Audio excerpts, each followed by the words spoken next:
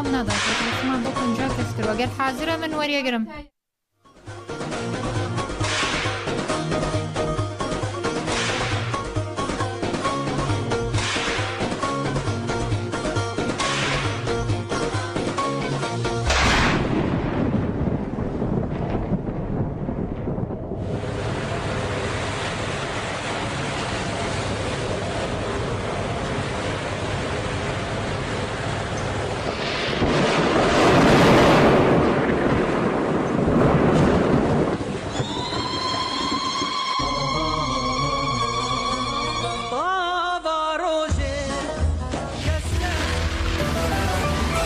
ئێرە ڕادیۆ دەنگی گەلە.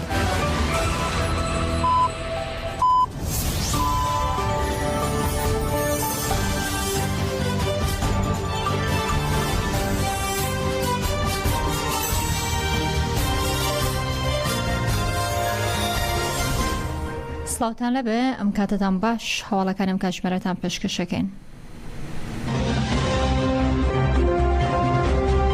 ئەمڕۆ لە چازادەکانی کوردستان و 26 ژنی گەنج بۆ تۆڵەکردنەوەی شەهیدان پێشەنگ و سارە لە ڕۆژی لەدایکبوونی ڕێبەرۆجەلاندا بەشداربوونی خوان لە ڕیزەکانی گەریلەکانی ئازادیدا ڕاگەیان. ژنان بە زاراوەی سۆرانی کوردی و تورکی ڕاگەنرایەکان لەبارەی بەشداربوونیان لە ڕیزەکانی گەریلا بڵاو کردوتەوە تێدا تۆکو 26 ژنی گەنجی کوردستان بۆ مسۆگەرکردنی ئازادی جەستی ڕێبەرۆجەلان لەم ڕۆژەدا ڕوودەکەی ناڕووناکی ڕۆمان کردوتە ڕێبەراتی و بەشداری ڕیزەکانی گەریلا دەبین. هەر ژنێک دێ بە شوێکی ئازاد مرۆڤایەتی و ژنێتی خۆی بژی دەبێ ڕووبکاتە چازاتەکان و داوا لە گەنجان دەکەین کە بەشداری هەڵی ڕێبەراتی بن. ژنانی گەنج بانگەوازی گەشتری بەرخۆدانی ڕێگەی پێشەنگ و ساران کردووە خۆڕانگەاندوە دەبێ هەموو کەسێک کە باش بزانێت بە تێکۆشارمان دەتوانین ژانێکی ئازاد و دیموکراتی بە ڕەنگی ژن بەدەست بخەین. لە کاتێکدا هەوڵەکان بۆ لە ناوبردننی گەلی کورد لە ترۆپکی خۆیاندا بوون کەس نەیدەتوانێت تەنانەت بە کوردیش قسە بکە. هاوکارانم لە ئاژانسی ڕۆژنی زۆر لەبارەی خۆناغەکانی ژیانی ڕێبەرۆجەلانەوە راپۆرتێکی تابەتیان بۆ ئامادەکردوین پێکۆگەویستی دەبین. ڕێبەرۆجەلان لە منداڵێکی یاخیەوە بۆ ئافراندنی سیستەمی ژیان لە کاتێکدا هەوڵەکان بۆ لە ناوبردننی گەلی کورد لە ترۆپکی خۆی دابوون و کەس نەیدەتوانێت تەنانەت بە وشەیەکیش بە کوردی قسە بکە.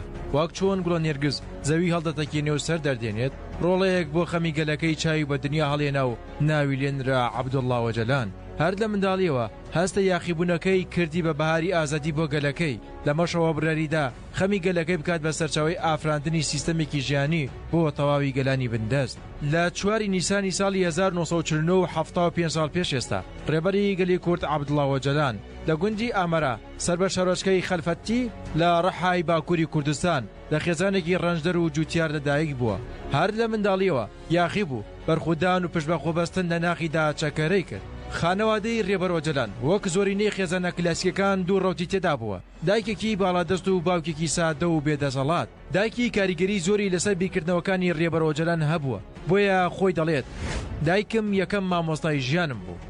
لەبەرەوەی خانەوادەی ڕێبەرۆجەلان لە گوندا دەژیان و خاوەن باخێکی زۆر بوون محەممەدی برایشی هاوکاری ماڵەوەی نەدەکرد. ڕۆژێک ڕێبەرۆجەلان لەگەڵ براکەیدا دەبێت بە شەڕیان پاشان باوکی لی تووڕە دەبێت ئەویش بەردێکی تێدەگرێت و لە ماڵەوە یاخی دەبێت.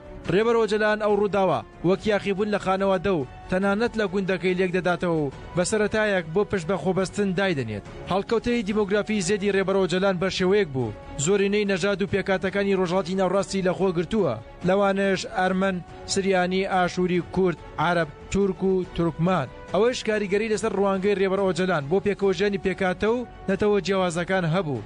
ئەمەش دواتر گەیاندی بەو باوەڕێی سیستەمی نەتەوەی دیموکرات بنیاد بنێت. یەکێک لە بناخەسەرەکیەکانی فکری ڕێبەرۆجەلان پرسی ژن و ئازادی ژنە. سەر لە نوێ پێناسی بۆ مێژوو ڕۆڵی ژن کردوێتەوە و ژنی وەک پێشەنگی کۆمەلگا لە قەڵەم داوە.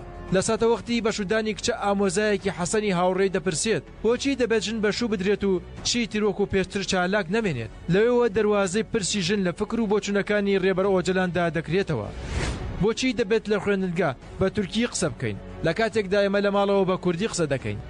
بۆ ئەوەی وەڵامی ئەو پرسیاری خۆی بداتەوە لە تەمەنێکی کەمی گەنجیدا دەست دەکات بە لێگەڕین بەناو مێژووی هەزاران ساڵی کورد و مرۆڤایەتیدا دەکات بەو ڕاستەیە کە کوردستان داگیر کراوە.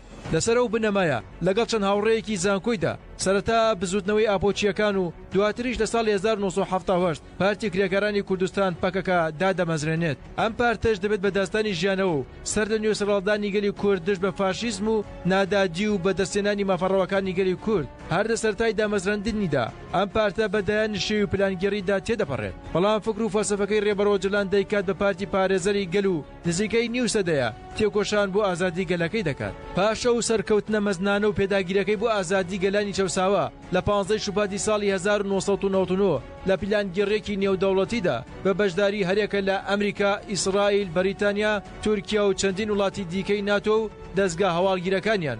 ڕێبەرۆ جەلان لە نایرۆبی پایتەختی کینیا ڕفێنرا و ماوەی 25 ساڵە لە زیندانی ئیمرالی گۆشەگیر کراوە. هەرچەندە دەوڵەتی تورک و هاوکارانی پێیانوا بوو بە گۆشەگیرکردنی ڕێگری دەکەن لە بەردەم گەشەسەندنی فکر و فەلسەفەکەی و دەتوانن بە تەواوی گەلی کورد لەناوبەرن. بەڵام ڕێبەرۆ جەلان ڕادەستبوونی قبوڵ نەکرد و دیوارەکانی زیندانی کرد بە گەورەترین گۆڕەپانی تێکۆشان. لە زیندانی ئیمرالیەوە بە نووسنەوەی چەندین پەرتوک جارێکی دیکە نەخشەڕێگەی ژیانی بۆ تەواوی گەلانی جیهان کێشا و سیستەمی کۆنفرالیزمی دیموکراتی ئافراند و پێشکەش بە گەلانی کرد کە لە بەرامبەر ئەو نادادیە جیهانی سیستەمی سەرمایەداری بەسەر مرۆڤایەتی چەسپاندوویەتی. ئێستا فکر و فەلسەفەکەی تەواوی سنوورە دەستکردەکانی جیهانی هەڵۆشاندوێتەوە و تێزەکانی وەرگێڕاون بووە سەر دەیان زمان و بووە بەجێی تێڕامانی فەیلسوف و سەرچاوەی توێژینەوەی دەیان پرسیژانی. هەروها بۆ جیهان بووە بە نمونەیەکی سەرەکی هێڵی تێکۆشان و ژیان بۆ بەدەستێنانەوەی ماف و داخوازیەکان. ماوەی چارەکە سەدەیەکە ڕێبەرۆ جەلان گۆشەگیر کراوە و زیاتر لە 36 مانگیشە ڕێگا بە پارێزەر و خانەوادەکەی نادرێت دیدار لەگەڵیدا ئەنجام بدەن و تەنانەت هیچ زانیارێک لەبارەی بارودۆخی تەندروستیەوە نازانرێت. لە ڕۆژگاری ئەمڕۆدا ملیۆنان کەس لە سەرانسەری جیهانەوە بە یەکدەنگ لە گۆڕەپانە گەورەکانەوە داوای پێکەنانی ئازادی جەستەی ڕێبەرۆ جەلان دەکەن و کامپینی جیهانی و چالاکی جۆراوجۆر ئەنجام دەدەن و ڕای دەگەێنن. تا ڕێبەرۆ جەلان ئازاد نەبێت کێشەی گەلانی شارەزای لەگەڵتان بەردەوامە بین. ئەندامی کۆمیتەی ئازادی ئۆجەلان شۆڕش خدر لەبارەی ڕۆژبوونی ڕێبەرۆ جەلان هەوڵەکان بۆ چارەسەرکردنی کێشەکانەوە دەڵێن لە دایکبوونی ئۆجەلان بەواتە لە دایکبوونی نەتەوەیەک دێ فکر و فەلسەفەی نەتەوەیەک لە لێواری مەرگ ڕزگاری بوو. چواری نیساندا وەکو ڕۆژبوونی بەڕێز عەبدوڵڵا ئۆجەلان لە هەموو گەلی کورد پیرۆز دەکەم بە تایبەتیش لە بەڕێز عەبدوڵڵا ئۆجەلان کە چواری نیسان لای ئێمە تەنها لە دایبوونێکی کلاسیکی نییە، هاتنە دنیای مرۆڤێکی ئاسایی نییە، یعنی هەت تەنانەت یادەکەشمان کەوا بەرز دەنرخێنین بەواتای لە دایبوونی نەتەوەیەک. چواری نیسان لای ئێمە وەرچەرخانێکی مێژوویە لە خەباتی سیاسی گەلی کورد، چونکە بە لە بوونی بەڕێز عەبدوڵڵا ئۆجەلان فکر و پارادیگمایەک و فەلسەفەیەکی جیاواز لە 100 ساڵی ڕابردوو لە 100 ساڵی مێژووی سیاسی گەلی کورد جیاواز لەوە هاتە بوون. بە فکر و فەلسەفەی بەڕێز عەبدوڵڵا ئۆجەلان نەتەوەیەک لە لێواری مەرگ ڕزگاری بوو و ئێمە وەکو کۆمیتەی ئازادی ئۆجەلان هەموو ساڵێک لە چواری نیساندا ئەو ڕۆژە پیرۆز دەکەین. لەو ڕۆژەدا سۆز دەدەین کە بەوەفا بین، سۆز دەدەین کە ڕازگۆ بین بەرامبەر فکر و فەلسەفە و ڕێبازی بەڕێز عەبدوڵڵا ئۆجەلان. شکەمە پێمان وایە بە ئەو پارادیگمایی بەڕێز عەبدوڵڵا ئۆجەلان پێشکەشی کردووە بە هەموو مرۆڤایەتیەوە زۆر بە تایبەتیش بە نەتەوەی کورد. ئەوە پرۆژەیە کە دەتوانین بڵێن وەکو کلیلی چارەسەری بۆ هەموو ئەو کێشە سیاسیانی کە لە ڕۆژهەڵاتی ناوەڕاستدا هەیە بە تایبەتی بۆ گەلی کورد هەموو چارەسەر دەکات. لە ڕاستیدا نەتەوەی کورد لە مێژووی 100 ساڵی ڕابردوودا هەموو ئەو بزوتنەوە ڕزگاری خوازانی کە سەرپێ خراون هەمویان جێی تەقدیرن. ئێمە چەند سەرکردەمان هەیە لە مێژوودا کە خەبات و تێکۆشانی کردو لە پێناوی ئازادی لە پێناوی دیموکراتی گەلەکەی. ئێمە شێخ سەعیدی پیرەمان هەیە، شێخ محمودمان هەیە، پێشەوە قازی محەممەدمان هەیە. ئەمانە هەموو لە کاتی خۆیدا لەو سیاق مێژووی خۆیدا کاریگەری هەبووە. بەڵام دەتوانم بڵێم بەڕاشکاوانە نەتەوەی کورد تا ئێستا بەڕێز عەبدوڵڵا ئۆجەلان ئەو پرۆژەی پێشکەش نەکرد. کورد خاوەنی هیچ پرۆژەیەکی ئەوتۆ نەبوو، پرۆژێکی سیاسی نەبوو. بەڵام لە سەدەی 21 کورد خاوەنی پرۆژەی کۆنفێدرالیزمی دیموکراتیە کە بەڕێز عەبدوڵڵا ئۆجەلان لە مانیفێستۆکانیدا پێشکەشی بە نەتەوەی کورد و بە مرۆڤایەتی کردو بە شێوەیەکی گشتی. دەکرێت ئێمە وەکو گەلی کورد خاوەنداری لە مرۆڤ بکەین، 4 نیسان بەرز و پیرۆز ڕابگرین، هەم خاوەنداری لە ئازادی فیزیکی بەڕێز عەبدوڵڵا ئۆجەلان بکەین کە ئازاد بکرێت لە زیندانەوە زیاتر لە 25 ساڵە لە زینداندایە، هیچ هەواڵێکی نییە ماوەی 3 ساڵە. وەگەلیش خاوەنداری لێ بکە لەبەر ئەوەی کە خاوەنداری لە پرۆژەیەک دەکە کەم پرۆژەیە دەبێتە کلیلی چارەسەری بۆ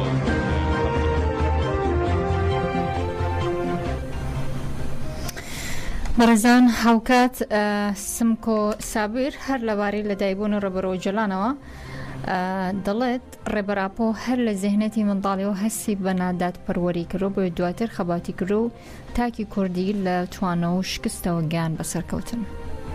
هەفتەیەکین کە لە باکوور کۆمەڵێک سەرکەوتنی زۆر گرنگ بەدەست هاتووە، من پێم وایە جێگەی خۆیەتی ئەمە هاوشان بکەینەوە، هاوتەریبی بکەین لەگەڵ لەدایکبوونی بەڕێز ئۆجەلان.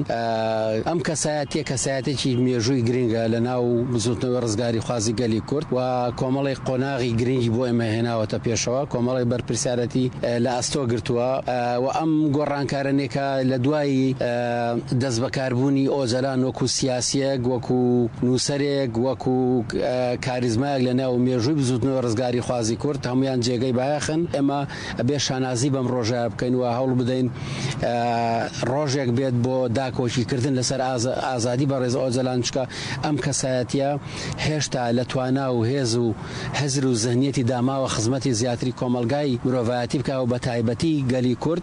بێگومان وەکو باسم کرد لە دوای دروستبوونی ئەم حرەکەتە سەرتاپای چەمکی کوردایەتی و تێڕوانین بۆ کوردایەتی گۆڕانکاری بەسەر هاتووە، بۆیە جێگەی خۆیتی ئێمە لێرە وەکو هەر تاکێک شانازی بەم سەرکردە مەزنەوە بکەین و هیوای ئەوە بخوازین کە بە تەندروستێکی بە باشەوە ئازاد بکرێەوە، دەست بەکاری سیاسی بکاتەوە بە دیدێکی کە خزمەتی کۆمەلگای مرۆڤایەتی و گەلی کورد بکاتەوە. ئەوەی من لە ئەدەبیاتی بەڕێز ئۆجەلانە خوێند بێتمەوە ئەوەیە کە لە مناڵیەوە هەستی بە نەعەدالەتی کردووە، لە مناڵیەوە هەستی کردووە کە ئەو نەتەوەیەکی جیاوازە، کللتورێکی جیاوازە، خاوەن زمان و ئایدایەکی جیاوازە، بۆیە ئەم تێڕوانینە وای لێ کرد کە جیاواز بیرکاتەوە و هەنگاوێکی جیاواز بنێ لەو حزب و ڕاوتە سیاسانێکە لە تورکیا و لە باکوور هەبوون. بۆیە ئەم پیاوە کاتێک بڕیاری شۆڕشیداوە بەڕاستی تێگەیشت لەوەی کە کۆمەلگای کوردی تا چەند پێویستی بەرشۆڕشە. ئەمانە وەکو باست کرد لە زەهنیەتی مناڵی و هەسی بەم جیاوازێ کرد، بەم نەعەدالەتێ کرد، بەم ناکۆچیە کرد کە لە ناو کۆمەلگای کوردی هەیە.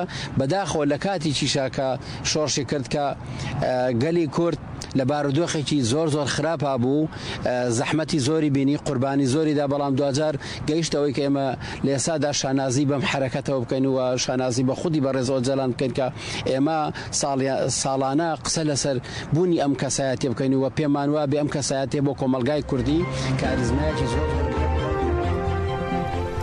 هاوکات ئەمڕۆ 20 ساڵ بەسەر دامەزراندنی پەژاکیشدا تێپەڕێ. ئەو پارتیە وەکو پێویستێک لە پاش شکستی شۆڕشەکان و ڕاپەڕینە سیاسەکانی کورد و تیرۆرکردنی سەرکردە و ڕابەری سیاسەکانی ڕۆژهەڵاتی کوردستان لەسەر بنەمای فکر و فەلسەفەی ڕێبەر ئۆجەلان دروستووە کە بۆ بەڕێنگاربوونەوەی سیستەمی دەسەڵاتی ئێران و شکاندنی ئەو بێدەنگە سیاسی باڵی بەسەرەوە بەشی کوردستاندا کێشا بوو دامەزراوە.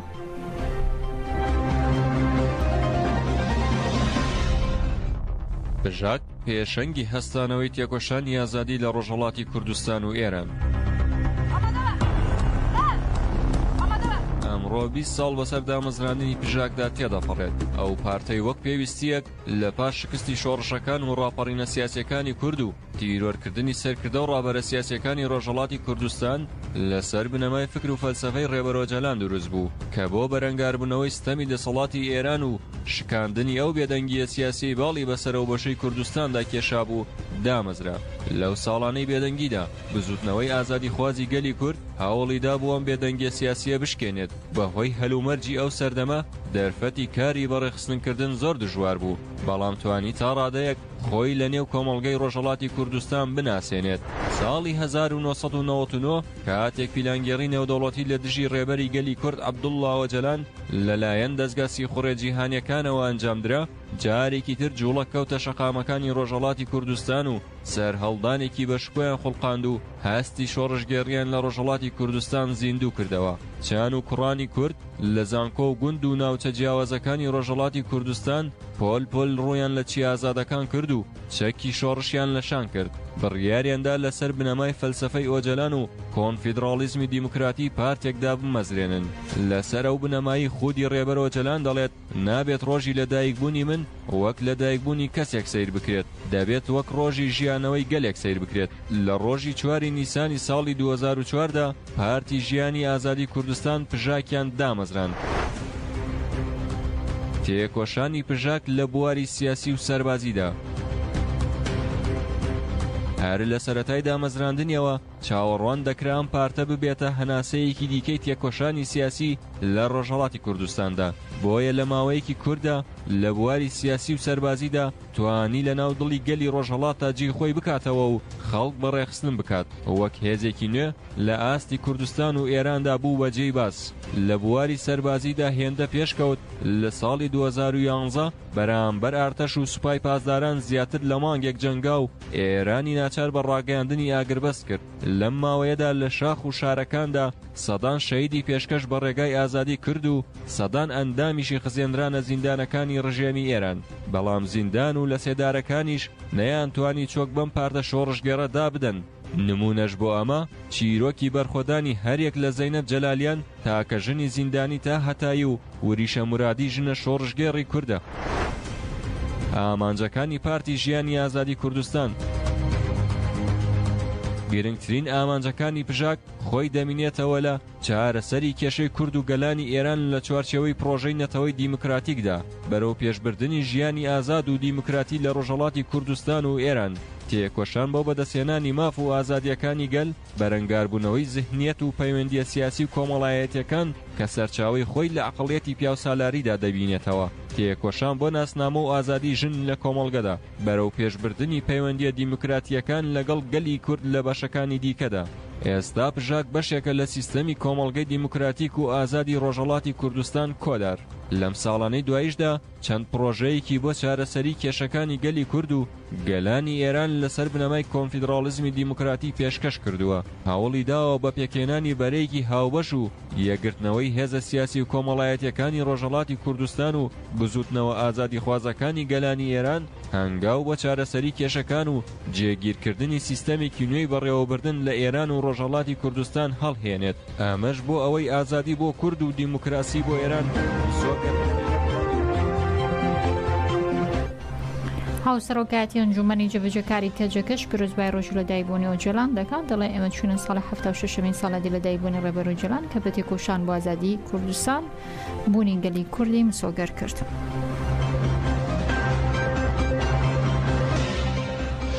کێجێکێ ڕۆژبوونا ڕێبەر عەبدوڵڵا هۆجەلان پیرۆز کردگوت ئەم ڕۆژبوونا پیرۆز بجۆش و کێفخۆشیەکە مەزن پیرۆز دەکەن. هەفسەرۆکاتیا کۆنسەی ڕێبەرا کێجێکی بداخویانێکی ڕۆژبوونا ڕێبەر ئۆجەلان پیرۆز کرد و گوت ئەم کەتن ساڵە 76 ڕۆژبوونا ڕێبەر ئۆجەلان کو بە تێکۆشینا ئازادیە کوردستانی ڕێ هەبوونا گەلێ کورد مسۆگەر کرد گەلێمە بڕەنگێکی مافتار ڕۆژبوونا ڕێبەر ئۆجەلان ji بۆ خۆوەکی ڕۆژبوونا هەری بۆواتە و پیرۆز دەبینە و پیرۆز دەکە کێجێکی دازانین کو ڕێبەرا پۆ کەسایەتێکی دیرۆکیە دفکردە کووربوویە فکر بڕێخستن کردیە ڕێ لەبەر دیرۆکی خستیە و دیرۆکەکە نو ئافراندیە ڕێبەر ئاپۆ وەکە کەسایەتێکی دیرۆکی دەرفەت ئافراندن و کەسایەتێن دیرۆکی ژناوا گەلێ کورد دەرکەون مازلوم سارا عەگیت زەکیە ڕەحشان و گەلێک مینا وان بە فکر و فەلسەفەیە ڕێبەر ئاپۆ گاو ئاوێتن دیرۆک نویساندن گەلێ کورد بە پێنگاوا دیرۆکی و پارادیگما و فەلسەفەیە ڕێبەری گەلێ کورد عەبدوڵڵا هۆجەلان خوێرناس کرد زانابوو ئازاد بوو لەوما گەلێ کورد بە ڕێبەر ئاپۆ سەربلندە لە هەمان دەمێدا خودەینداری ڕێبەر ئاپۆ دەبینە حەزکردن و دڵسۆزیە گەلێ کورد یا ji بۆ ڕێبەر ئاپۆ ji ber vê yekê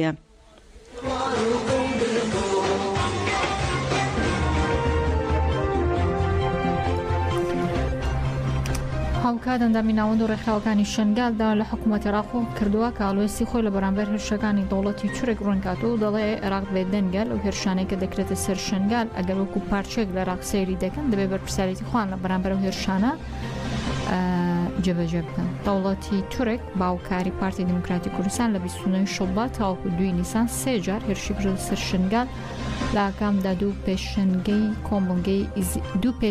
کۆمەڵگەی ئیزیدی شەی بوون، دوو ژنی دیکەش بریندار بوون لە ڕێگەی ئاژانسی ڕۆشنی زۆ ئەندامانی ناوەند و ڕێخستەکانی شنگالدا لە حکوومەتی ڕاند دەکەن کە خوان بە بەرپرسیار ببێنن لا بەرامبەر ئەو هێرشانەدا.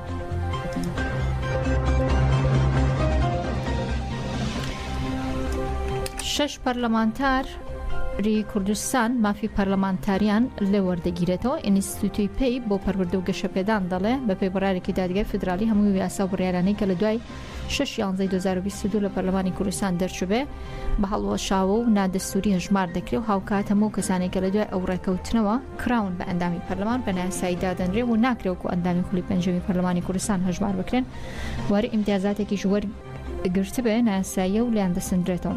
بەگەرەی بەڕارێکی دادگای فدرالی عێراق هەموو یاسا و بڕیارانەی کە لە دوای 6/11/2022 لە پەرلەمانی کوردستانەوە دەرچوبێ بە هەڵوەشاو و نادەستوری هەژمار دەکرێت و حکوومەتی ڕێم بە حکوومەتێکی کاربڕێکەر ناوی دەبرێت. ئەوانیش ئەو پەرلەمانتارانەی کە مافی پەرلەمانتاریان لێ وەردەگیرێتەوانێ سۆس عەبدولقادر عەبدوڕەحمان لەسەر فراکسیۆنی گۆران لە شوێنی ئەندامی دەستەکارکێشەی بزوتنەوەی گۆران کە شایان کاکە ساڵح لە ڕۆژی 30/11/2022 لە پەرلەمان سوێندی خوارد و دلێر عەبدولخالق حاجی لەسەر فراکسیۆنی گۆڕان لە شوێنی ئەندامی دەستەکارکێشەی بزوتنەوەی گۆڕان عەلی حەمەد ساڵح کە لە ڕۆژی 15/3/2023 لە پەرلەمان سوێندی یاسایی خوارد و بێریوان فەقێ ئیسماعیل لەسەر فراکسیۆنی یەکگرتوو لە شوێنی ئەندامی دەستەکارکێشاوە هەلز ئەحمەد محەممەد کە لە ڕۆژی 15/3/2023 لە پەرلەمان سوێندی خوا لە کاتێکدا یەکگرتووی ئیسلامی بڕیاری دەستەکارکێشانی و فراکسیۆنەکان لە پەرلەماندا بوو بەڵام ناوبراو پەیوەست نەبوو بە بڕیاری حزبەکە و سوور بوو لەسەرەوەی بچێتە پەرلەمان لەسەرەوەی یەکگرتووی ئیسلامی بڕیاری دوورخستنەوەی ناوبراویاندا لە حزبەکان. چوارەم عەبدوڵڵا حەسەن حەمەد لەسەر فراکسیۆنی بزوتنەوەی ئیسلامی لە شوێنی ئەندامە دەستەکارکێشاوەکە یەکگرتووی ئیسماعیل عەلی تەها لە ڕۆژی 15/3/2023 لە پەرلەمان و لەیلا عەلی عەبدوڵعەزیز لەسەر فراکسیۆنی بزوتنەوەی ئیسلامی لە شوێنی ئەندامە دەستەکارکێشاوەکە یەکگرتوو. سەرچنار ئەحمەد مەحموود لە ڕۆژی 15/3/2023 لە پەرلەمان سوێندی خوارد.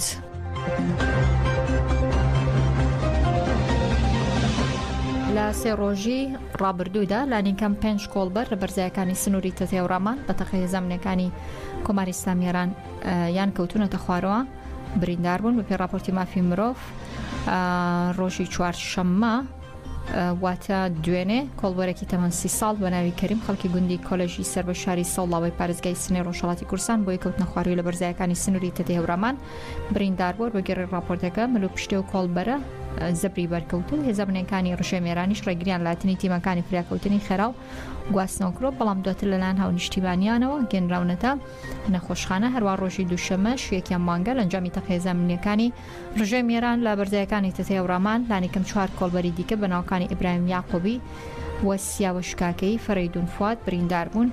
مەلەی تەتە دەکەوێتە نێوان شارەکانی پاو و مەریوان لە پارێزگاکانی کرماشان و سنەیەکێکە لە ڕێگاکانی هاتوچۆی کۆڵبەران لەو ڕێگەوە زیاتر کەلوپەلی کارەبایی نێوماڵی و پۆشاک دەگواستنەوە.